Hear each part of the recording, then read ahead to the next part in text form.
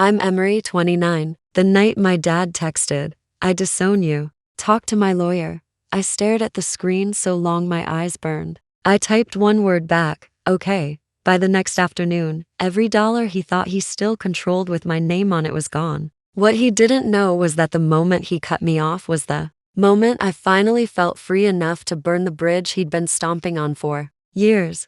I grew up believing money was love. We lived in a nice house in the suburbs, with a maple tree in the front yard and a white fence. My mom insisted on painting herself. She was soft-spoken but stubborn, always telling me, never let anyone make you feel like a guest in your own life. She died when I was 14. Car accident. One minute I had a mom telling me to put on a jacket. The next minute I had a dad who stopped looking me in the eye. My dad's name is Daniel, but everyone calls him Dan. After my mom died, he threw himself into his construction business and eventually into a new relationship with a woman named Lisa. She was blonde, always perfectly put together, and treated me like I was a temporary inconvenience. When I was 16, they had a baby boy, my half-brother Ethan. Suddenly, everything in that house revolved around Ethan's nap schedule, Ethan's daycare, Ethan's toys scattered across the living room. I went from our daughter to your kid in arguments, but the one thing that stayed constant was my college fund. Mom had started it when I was born. She talked about it like a promise. "You'll never have to worry about school, Emery. We've got you." After she died, that fund became my dad's favorite weapon. "If you talk to me like that again, maybe I'll rethink paying for your college. Do you know how much I've sacrificed? You think that fund just appeared?" He knew I was terrified of being stuck, of never getting out of that house, out of that town. So I swallowed my anger and I stayed quiet. I moved out at 18. Anyway, I went to a state college because, surprise, the college fund somehow didn't cover what Mom promised it would. Dad said the market crashed, the investments went bad, all this stuff he assumed I was too stupid to understand. I took out loans, worked 2 jobs, and called home less and less. Every time I did, he found a way to bring money into it. How much he'd helped, how ungrateful I was, how at least Ethan would appreciate him. By the time I was 26, I was living in the city, working as a project coordinator at a small design firm. It wasn't glamorous, but it paid the rent and I liked it. Dad, of course, hated my job. "You're wasting your degree," he said over the phone one night. "You could be working for me, building something real instead of whatever it is you do." "What I do is real, Dad." "Real doesn't mean sitting at a desk making color charts." I pulled the phone away from my ear and stared at the ceiling. "Okay, well, I'm not coming to work for you. So maybe stop bringing it up." He exhaled sharply. "You have the attitude of someone who doesn't understand where her opportunities came from Mom." I shot back before I could stop myself. Silence. Then he hung up. The real shift happened. The year I turned 28, my grandmother, my mom's mom, Grace, called me out of the blue. She never called for small things. "Emmy, honey," she said, her voice thin and wispy. "Can you come by this weekend? I found some papers, and I don't want to talk to your father about them." That alone told me it was serious. I drove back to my hometown on a gray Saturday, the kind where the sky looks like dirty cotton. Grandma Grace's house smelled like lavender and old books. She pulled a folder out of a kitchen drawer like she'd been rehearsing it. "These were with your mother's things," she said. "I thought your father had all this handled." But I started reading. Inside were documents with words I barely understood. Trustee, beneficiary, fiduciary duty. There, in black and white, was my name, Emery Lane, listed as the sole beneficiary of a trust my mom had set up. The principal was a lot of money, more than I'd ever seen in my life. Enough that, if it had been used the way my mom intended, my college would have been paid for. Enough that I wouldn't still be juggling student loans. But the statements, the balances, the transaction history, they didn't match what I'd been told. "Grandma," I whispered, my fingers shaking as I flipped through pages. "This says the trust keeps growing until I'm 25. And there were withdrawals before that. A lot of them." She nodded slowly, eyes wet. "Your mother was careful. She wanted you protected." But I couldn't make heads or tails of all this until my neighbor's son, he's an accountant, took a quick look. He said something seemed off. Off was an understatement. The withdrawal descriptions looked like tuition payments, but not to my college. Ethan's private school. Home renovations, our old house. A down payment on the beach condo I'd never once been invited to. Everything I thought was Dad's money? A lot of it came from my mom's trust. From my money. Does Dad know you have this? I asked. She shook her head. I don't want a war, Emery, but I won't watch him steal from you either. Steal? The word dropped into my chest like a stone. I confronted him. That night, he was in his office at home when I walked. In a room that used to be my mom's studio, now all sharp angles and dark wood. His name in big silver letters on the wall, Daniel Lane Contracting. He didn't even look surprised to see me. To what do I owe this honor? He said, not looking up from his laptop. I tossed the folder on his desk. He paused, slowly closed his computer. What is this? You tell me, I said. My voice was shaking, but I pushed forward. It's Mom's trust. The one you said crashed. The one that's been paying for Ethan's life. His jaw tightened. Watch your tone. You stole my college money, I said. You stole my future.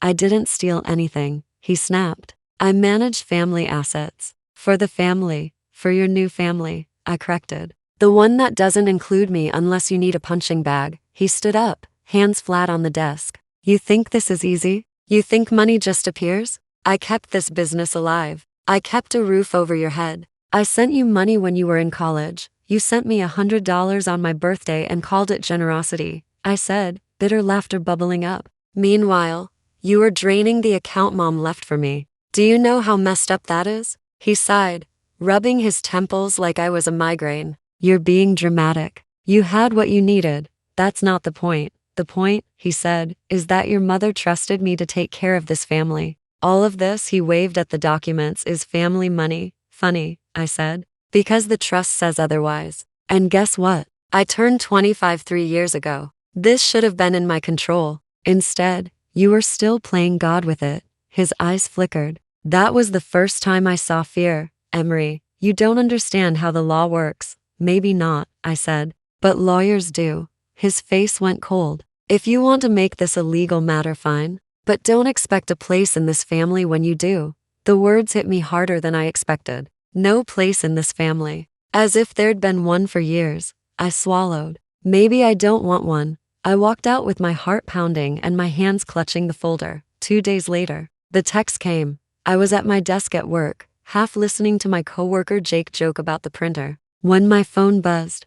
Dad, I've thought about it. I'm done. I disown you. Talk to my lawyer from now on. The room tilted for a second. That was it. No love, Dad. No, let's talk about this. Just a man treating his daughter like a business liability. My hands were ice cold. I stared at the words, hearing my mom's voice somewhere in the back of my mind. Never let anyone make you feel like a guest in your own life. I typed one word. Okay. I hit send. My fingers hovered for a moment. Then I opened my banking app, because here's what my father forgot.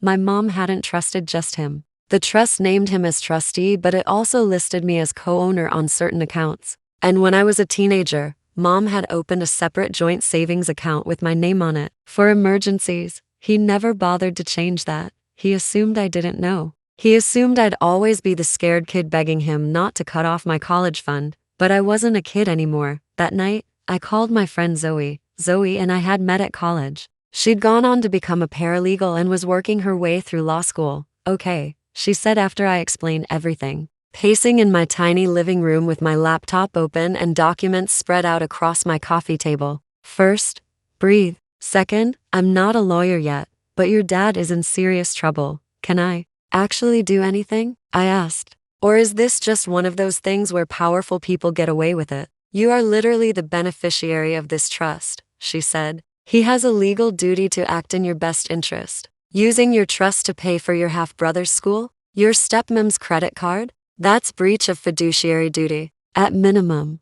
And the accounts? I asked. The ones with my name on them? If your name is on them as co-owner, you can walk into the bank tomorrow and move that money, she said. And I highly suggest you do that before he gets trigger happy and tries something shady. You're not stealing. You're taking what's legally yours. Something hot and sharp flared in my chest. Not just anger, power. What about a lawyer? I asked. I know someone, Zoe said. Her name's Victoria Carter. She deals with this kind of trust and estate mess all the time. I'll email her tonight. Thank you, I whispered, Zoe said, softening. This isn't you being petty. This is you protecting yourself. Your mom did everything she could to take care of you. Your dad is the one who betrayed that. I looked at my mom's name on the documents and nodded. Then let's finish what she started, I said. The bank was quieter than I expected the next morning. All polished floors and fake plants. I sat across from a woman with a name tag that read Karen Senior Account Manager. I slid my ID and the stack of papers across the desk. I'd like to transfer all funds from any account where I am listed as owner or co-owner into a new account under my name only, I said. My voice was steady, effective immediately. She typed my name into her computer, eyes flicking over the screen. I see several accounts, she said. There is a joint savings account ending in 2209 with Daniel Lane, and there are sub-accounts tied to a trust in your name. Those, I said. All of those. Are you aware that your father? I am aware. I cut in, carefully polite. I'm also aware that I am a co-owner on this account, and the trust lists me as beneficiary with full access now that I'm over 25. I have legal counsel to back that up if needed. She assessed me for a moment, then nodded. It will take a little time to process everything, she said.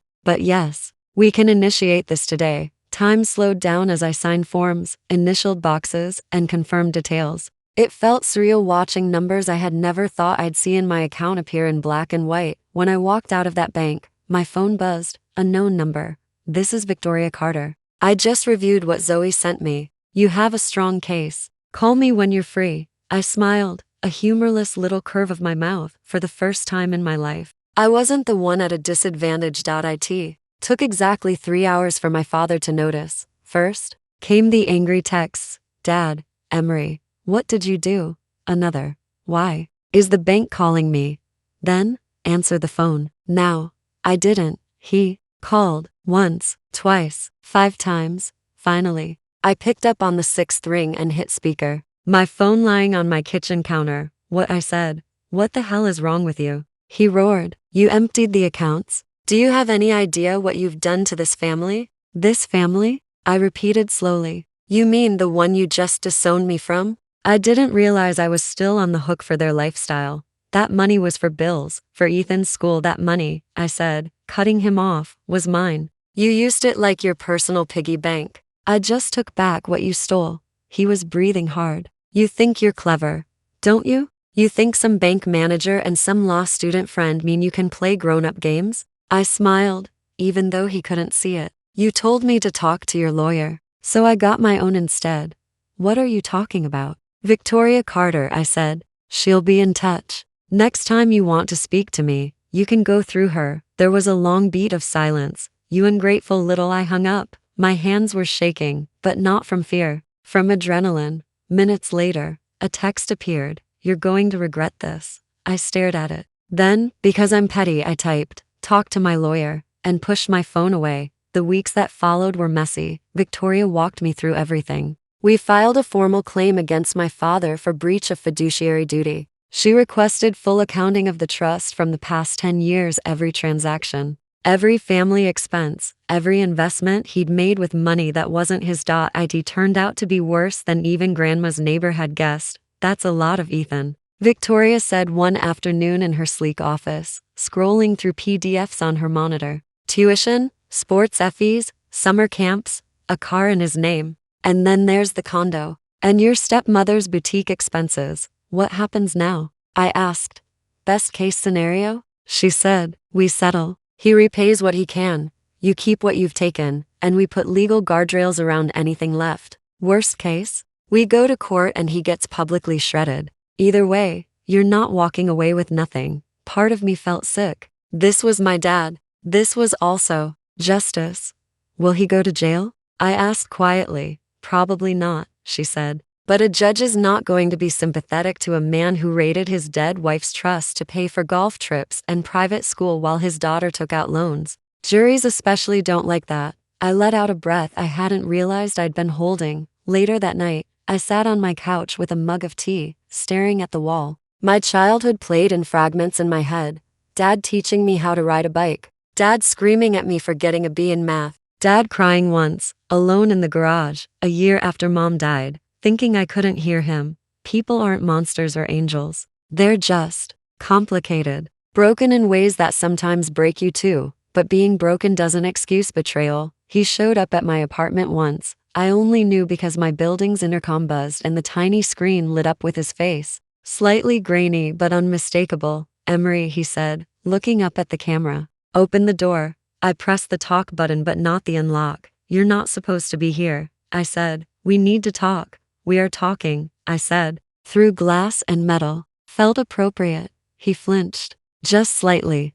"Look," he said. "Maybe things got out of hand. I never meant for it to go this far. But you can't just take everything. You blindsided me. Like you blindsided me when I was 18 and suddenly there was no college fund," I asked. "Or when you used mom's money for someone else's kid. Or when you texted that you disowned me instead of having a conversation." He ran a hand through his hair. For the first time, he looked old. "I was angry," he said. "You threatened me with lawyers, my own daughter. You stopped being just dad when you decided I was a liability on a balance sheet," I said softly. "You made this transactional. I just played by the rules you picked." "I gave you everything," he said, voice cracking with indignation. "I worked myself to the bone, and mom gave me a trust to protect me from exactly this," I replied. "You were supposed to honor that. Instead, you treated it like bonus cash." He swallowed. "If we could just make a deal between us. If you drop this, I already have a deal," I said. "It's in writing, with signatures. Yours will be on it soon, one way or another." His face hardened. "You'll regret this." "Maybe," I said. "But I regret letting you hold power over me for this long a lot more." I took my finger off the button. The screen went dark. I didn't buzz him in the end. He settled. "Victoria called me one afternoon while I was at my desk." He blinked. "She said," sounding almost pleased, "we've got a settlement offer. It's not perfect, but it's good. Very good." The agreement acknowledged in legal language that he had misused trust funds. He agreed to let me keep everything I'd already withdrawn. He'd sell the beach condo to repay a portion of what he'd taken. He also transferred full ownership of an old lake cabin that had belonged to my grandparents to me, a place we'd gone when I was little. Before everything went to hell, he refused to apologize. Not in writing, not in person. That part stung more than I wanted to admit, but I signed anyway. Because the point wasn't to fix him. It was to free me. The first time I drove out to the lake cabin alone, it was early autumn. The trees were starting to turn gold and burnt orange reflected in the still water. The cabin was smaller than I remembered, paint peeling, porch sagging a little. I stepped inside, and it smelled like dust and pine and old summers. I walked through the rooms, fingers trailing over worn wood, and for a moment I saw it. Mom on the porch with a book, Dad grilling, me splashing in the lake. A life that could have been. I sat on the floor in the middle of the living room and cried. Not the choking, angry tears I'd shed reading my dad's text, but the kind you cry when something finally releases in your chest after years of being tight. Later, I called Grandma Grace and told her about the settlement, about the cabin.